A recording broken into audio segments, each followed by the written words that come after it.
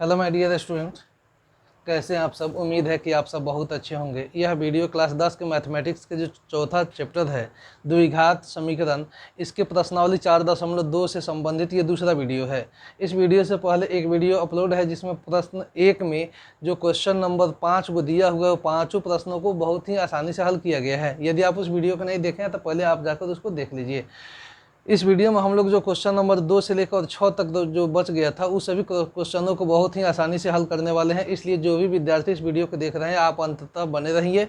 इस वीडियो को देख लेने के बाद इन सभी प्रश्नों का आप चुटकियों में हल कर लेंगे। आइए इस वीडियो को शुरू करते हैं। आपके सामने पहला जो प्रश्न है वह कह रहा है कि आप देख सकते हैं यहाँ पर कह रहा है कि उदाहरण 1 में दी हुई समस्याओं को हल कीजिए। तो हम लोग जब एग्जाम्पल हल करेंगे तो उस समय उदाहरण में जो भी क्वेश्चन दिया है सबको हल कर लेंगे। यहाँ अब हम लोग क्वेश्चन नंबर 3 से देखते हैं। कह रहा है कि ऐसी दो संख्याएं ज्ञात कीजिए जिनका योग 27 हो और गुणनफल 182 हो। ऐसी दो संख्या हम लोग को ज्ञात करना है जिनका योग कितना हो 27 और गुणनफल 182 हो। तो आइए इसको हम लोग हल करते हैं। ये क्वेश्चन नंबर 3 है बच्चों। तो हम लोग मानेंगे क्या कह रहा है कि दो संख्याओं का योग, दो संख्याओं का योग कितना है बच्चों 27 तथा गुणनफल बराबर 182 है। इसमें से पहला, अब ये 82 है तो दोनों संख्या ज्ञात करना है। तो हम लोग बहुत ही आसानी से बना लेंगे। माना कि पहला संख्या बराबर x और दोनों संख्याओं का योग कितना है 27 है, इसलिए दूसरी संख्या क्या हो जाएगा तो 27 माइनस x हो जाएगा। पहला x है और दोनों का योग 27 है तो दूसरा के लिए हम दोनों के योग में से पहले क्या करेंगे घटा देंगे। चूंकि दोनों संख्याओं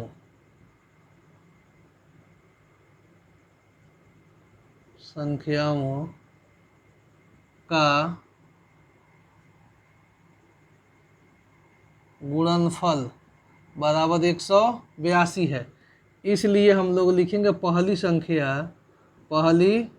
संख्या गुने दूसरी संख्या बराबर 182। ठीक है बच्चों। तो पहली संख्या कितना है तो x, दूसरी संख्या कितना है तो 27 माइनस x बराबर 182। अब इसमें हम x से इसमें गुना करेंगे तो ये हो जाएगा 27x माइनस एक्स स्क्वायर बराबर 182। ठीक है। अब यहाँ 182 को इधर आप ले लीजिए तो माइनस, इसको सजा लीजिए, minus x square plus 27x minus 182 बराबर 0 हो जाएगा। ठीक है बच्चों। तो आप चाहे तो इस माइनस को कॉमन करके उधर भेज के यानी कि ख़त्म कर सकते हैं। माइनस को हम कॉमन कर लें तो एक्स स्क्वायर माइनस 27x और प्लस 182 बराबर क्या हो जाएगा 0। यानी कि माइनस हम यहाँ कॉमन कर लिए और इसको बराबर के उधर भेजेंगे तो 0 उधर चला जाएगा यानी कि ख़त्म हो जाएगा। तो हम यहाँ ऐसे इसको लिख सकते हैं। अब आप जानते हैं इसका गुणन कितना है 1 है, यहाँ 182 है तो 182 को 101 से 182 में गुना करेंगे तो 182 हो जाएगा। इसको हम लोग क्या करेंगे दो भागों में ऐसे तोड़ देंगे कि जोड़ने घटाने पर क्या आ जाए 27 आ जाए, गुना करने पर 182 आ जाए। तो अब आप इसको तोड़ सकते हैं 3 2 से इसको कर 2 9 18 2 एकम 2 और ये 7 से 13, 13 से क्या होता है 91 तो 2 सते 14 13, यानी कि 14 में से 14 और 13 को जोड़ेंगे तो क्या आ जाएगा 27 आ जाएगा। दोनों को गुना करेंगे 14 3 42 के 2 और 14 कम 14 4 हासिल 18 182 आ जाएगा। यानी कि 13 और 14 में ये टूट जाएगा। तो इसको हम लोग क्या लिख सकते हैं तो एक्स स्क्वायर प्लस 13x नहीं बच्चों minus 13x minus 14x plus 182 बराबर 0। ठीक है। तो यहाँ x है, x कॉमन कर लेंगे, यहाँ 2 एक्स स्क्वायर तो 1 एक्स हो गया, x कॉमन हो गया तो x माइनस 13। ठीक है बच्चों।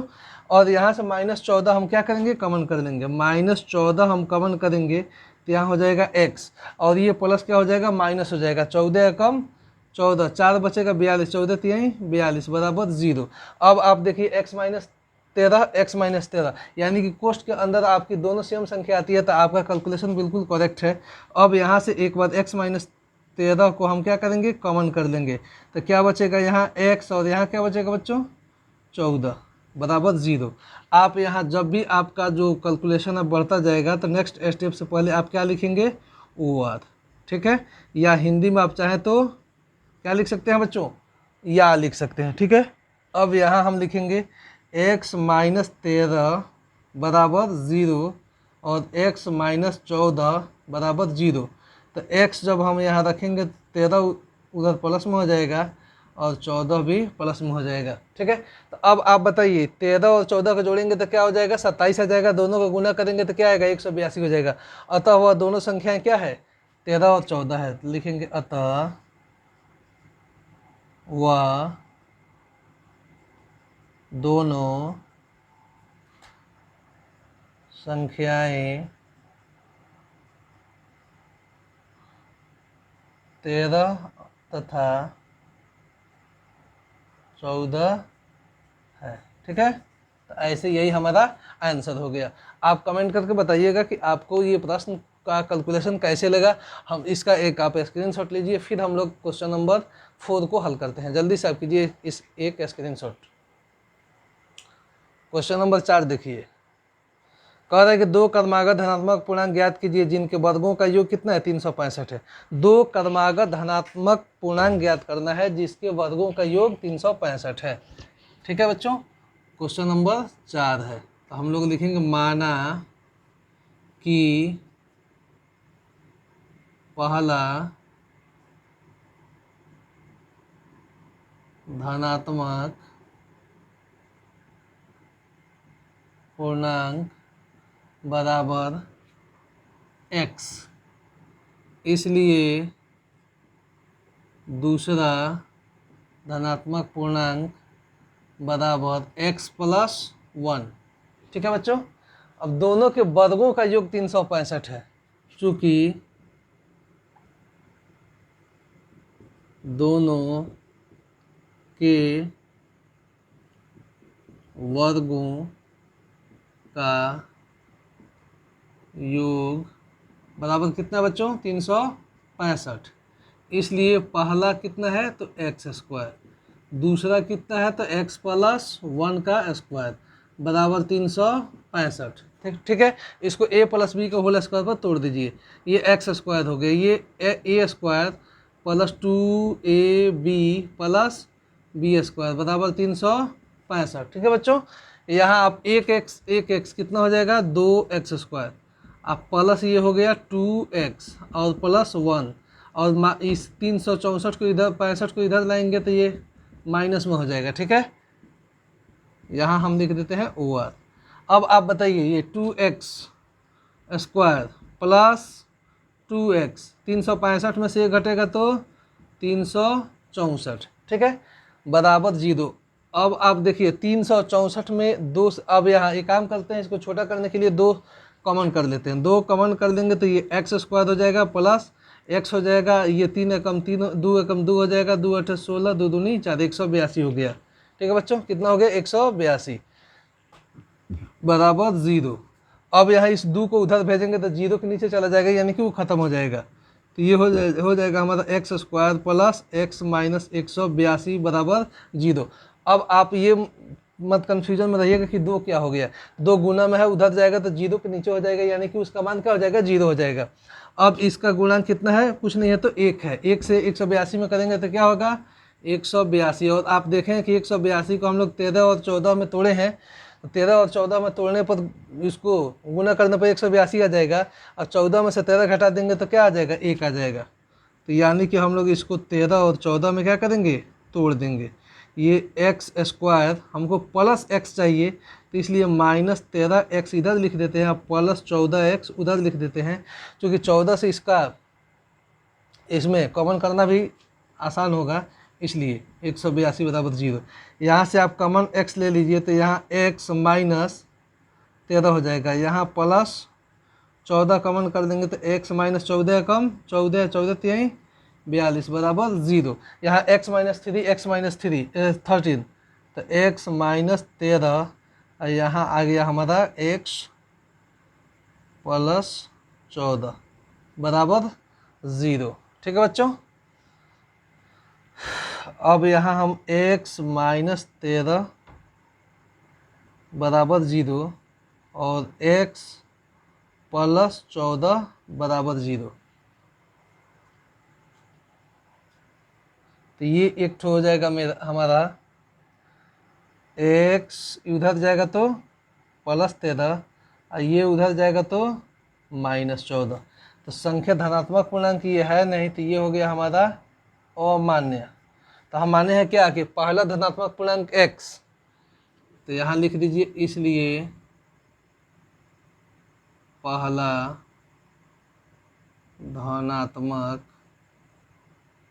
पूर्णांक बराबर x बराबर क्या आया 13। ठीक है बच्चों 13 तथा दूसरा धनात्मक पूर्णांक तो x प्लस 1 है, यानी कि 13 प्लस 1 बराबर क्या आ गया 14 आ गया। यही हम लोग का 13 और 14 आंसर आ जाएगा। इसको वर्ग करके जोड़ेंगे तो इसका योग 365 होगा। ठीक है, तो इस तरह से आप इसका एक स्क्रीनशॉट लीजिए। फिर हम लोग जो क्वेश्चन नंबर 5 है उसको इसी तरह से बहुत ही आसानी से हल करने वाले हैं। तो एक आप इसका स्क्रीनशॉट लीजिए, फिर हम लोग आगे बढ़ते हैं। तो डियर स्टूडेंट, आपके सामने क्वेश्चन नंबर 5 है। कह रहा है कि एक समकोण त्रिभुज की ऊंचाई इसके आधार से 7 सेंटीमीटर कम है। इसका जो ऊंचाई है इसके आधार से 7 सेंटीमीटर कम है। यदि कर्ण 13 सेमी हो तो अन्य दो भुजाएं ज्ञात करना है। तो आइए इसको हम लोग हल करते हैं। कह रहा है कि एक समकोण त्रिभुज है जिसका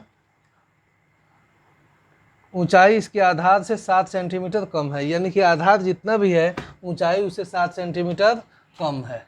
तो हम लोग लिखेंगे क्वेश्चन नंबर 5 है, माना कि समकोण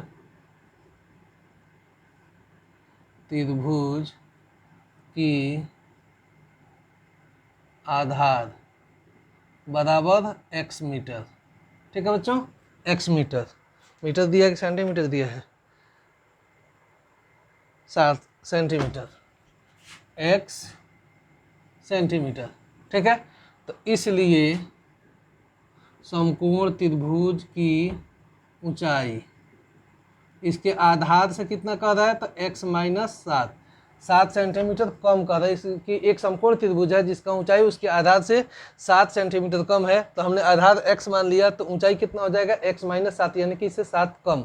यदि ऊंचाई x मानते तो आधार x प्लस 7 हो जाता, इससे 7 अधिक, बात वही हो जाएगा। ठीक है, चूंकि कर्ण बराबर कितना दिया है 13। ठीक है, कर्ण यहाँ चूंकि मत लिखिए, दिया है कर्ण बराबर 13। अब लिखेंगे कि चूंकि समकोण त्रिभुज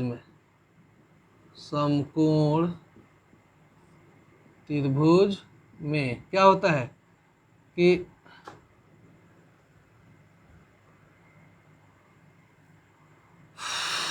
समकोण त्रिभुज में कर्ण का आधार का स्क्वायर जोड़ लंब का स्क्वायर बराबर कर्ण का स्क्वायर। ठीक है बच्चों, तो आधार हम लोग का कितना है x है, तो x का स्क्वायर, लंब कितना है x माइनस 7, कर्ण कितना है तो 13 है। कोई दिक्कत? इस तरह से हम इसको हल करेंगे। ये हो गया x स्क्वायर, ये इसका स्क्वायर हो जाएगा तो इसको हम लोग a माइनस बी के होल स्क्वायर पर तोड़ देंगे। a square minus 2ab plus B square बराबर ये 13 हमारा क्या हो जाएगा 113। 13 13 169, एक एक एक्स स्क्वायर कितना हो जाएगा 2x² माइनस 7 दूनी 14x, ये हो जाएगा 49 बराबर 169। ठीक है, अब 169 को इधर आप बुला लीजिए, 2x² माइनस 14x प्लस 49 इधर आएगा 169 तो माइनस में हो जाएगा, 2x² माइनस 14x, 169 में से 49 घटेगा तो कितना हो जाएगा बच्चों 120 हो जाएगा बराबर 0। कितना हो जाएगा 120। अब इसको आप चाहें तो इस सब में से 2 कॉमन करके और छोटा कर सकते हैं, x² माइनस 7x माइनस क्या हो जाएगा 60। ठीक है, 60 बराबर 0। अब 2 को उधर भेजेंगे तो क्या हो जाएगा, 0 के नीचे 2 चला जाएगा यानी कि वह खत्म हो जाएगा, x² माइनस 7x माइनस 160 बराबर 0 हो गया। इसको हम लोग क्या लिखेंगे या। ठीक है बच्चों, या। अब आपको बताया गया है गुणनखंड करना, इसका गुणन कितना है, कुछ नहीं है तो 1 है, इस यहाँ 160 नहीं होगा बच्चों, यहाँ क्या हो जाएगा नहीं 100, यहाँ केवल 60 हो जाएगा। ठीक है, तो यहाँ इसका गुणन कितना होगा 1 से 60 में करेंगे तो 60 हो जाएगा, 60 को 2 भाग में तोड़ देंगे, ऐसा तोड़ेंगे कि तो गुणा करें तो वह बीच वाला इसके गुणांक के बराबर आ जाए यानी कि 60 आ जाए, और जोड़े या घटाएं तो बीच वाला आ जाए।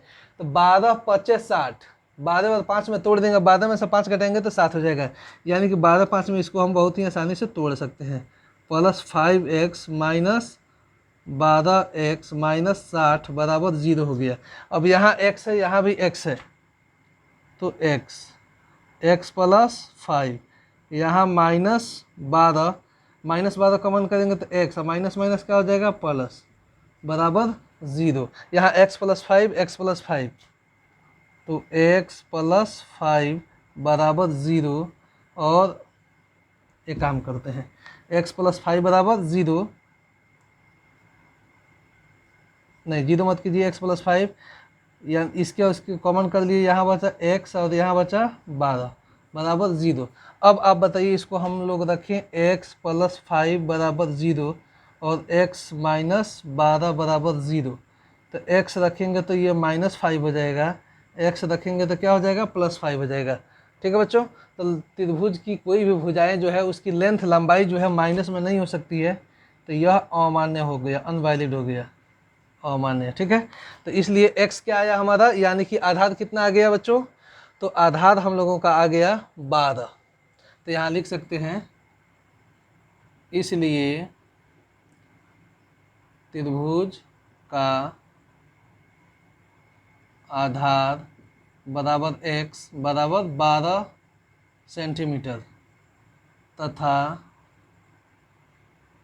ऊंचाई x माइनस क्या है 7 है, तो 12 माइनस 7 बराबर क्या आ जाएगा 5,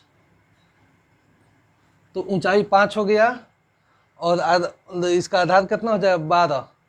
तो आप जानते हैं कि आधार का स्क्वायर और ऊंचाई का स्क्वायर यानी कि 12 बराबर 144 और 50 25 144 और 25 169, और कौन कितना है 13 है, इसका स्क्वायर कितना होगा 169, यानी कि आपका जो बिल्कुल सही है, इसका आधार कितना हो जाएगा 12 सेंटीमीटर, ऊंचाई कितना हो जाएगा 5 सेंटीमीटर। तो इस तरह से आप इस प्रश्न को हल कर सकते हैं बच्चों बहुत ही आसानी से। तो एक और क्वेश्चन बच गया, इसका फटाफट स्क्रीनशॉट लीजिए, फिर हम लोग बस जस्ट ही उसको भी क्लियर कर देंगे। इस तरह से ये जो प्रश्नावली है वह फिनिश हो जाएगा। जल्दी से एक स्क्रीनशॉट आप ले लीजिए। डियर स्टूडेंट, आप क्वेश्चन नंबर 6 को देख सकते हैं।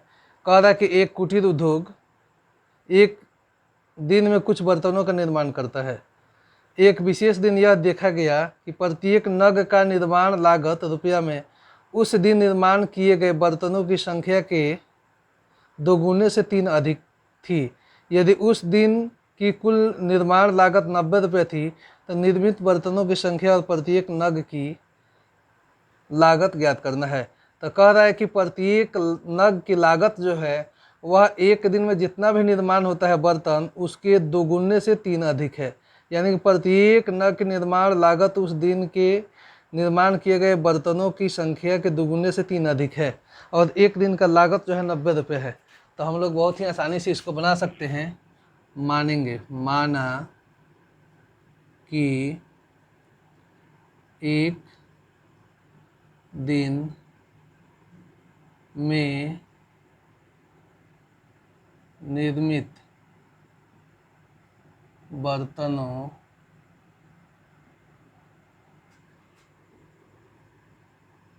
की संख्या x, इसलिए एक नग की कीमत बराबर, क्या कर रहा है कि एक दिन में निर्माण किए गए बर्तनों की संख्या के दोगुने से 3 अधिक है। तो एक दिन में निर्माण किया गया बर्तन x है तो इसका दोगुना 2x, इससे 3 अधिक तो 2x + 3 हो जाएगा। ठीक है बच्चों। अब चूंकि कह रहा है कि एक दिन में का लागत कितना है, तो एक दिन, अब एक नग की कीमत इतना हो गया और बर्तनों की संख्या, यानी बर्तनों की संख्या से नग की कीमत, नग के एक नग की कीमत से बर्तनों की संख्या में हम लोग गुना कर देंगे तो एक दिन का निर्माण लागत आ जाएगा। चूंकि एक दिन का निर्माण लागत बराबर 90 रुपये है, इसलिए देखिए नग, एक नग की कीमत बटा बर्तनों की संख्या, बर्तनों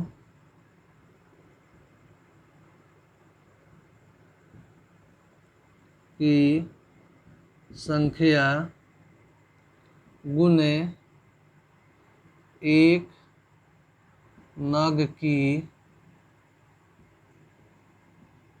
कीमत बराबर क्या हो गया 90। बर्तनों की संख्या x है, एक नग की कीमत है 2x + 3 बराबर 90। ठीक है बच्चों।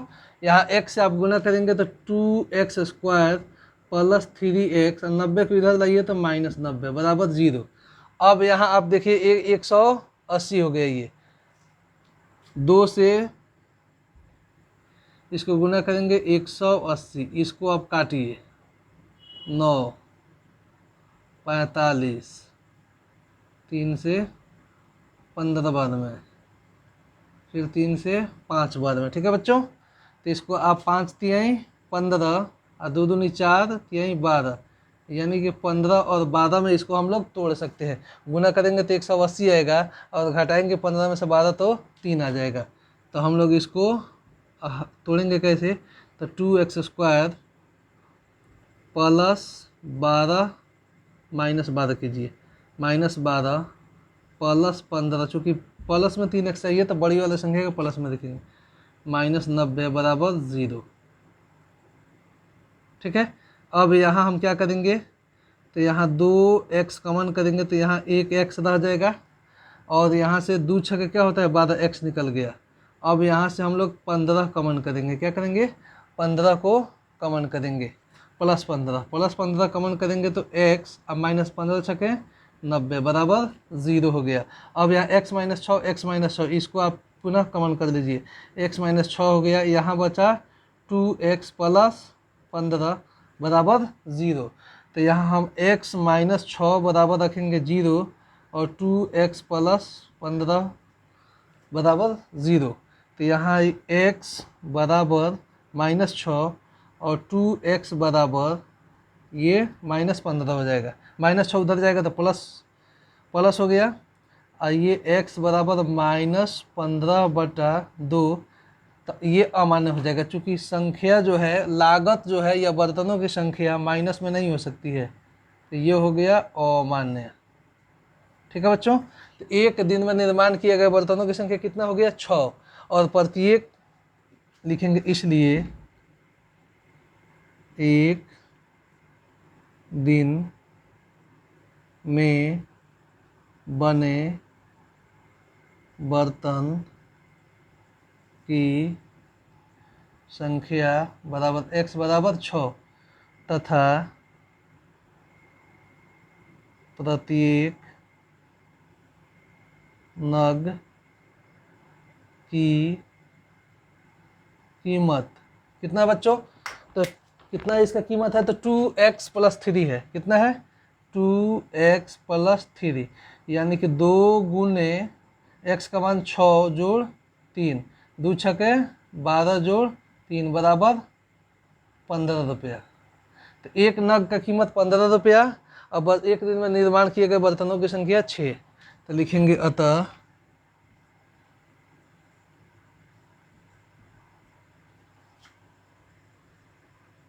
एक दिन में निर्मित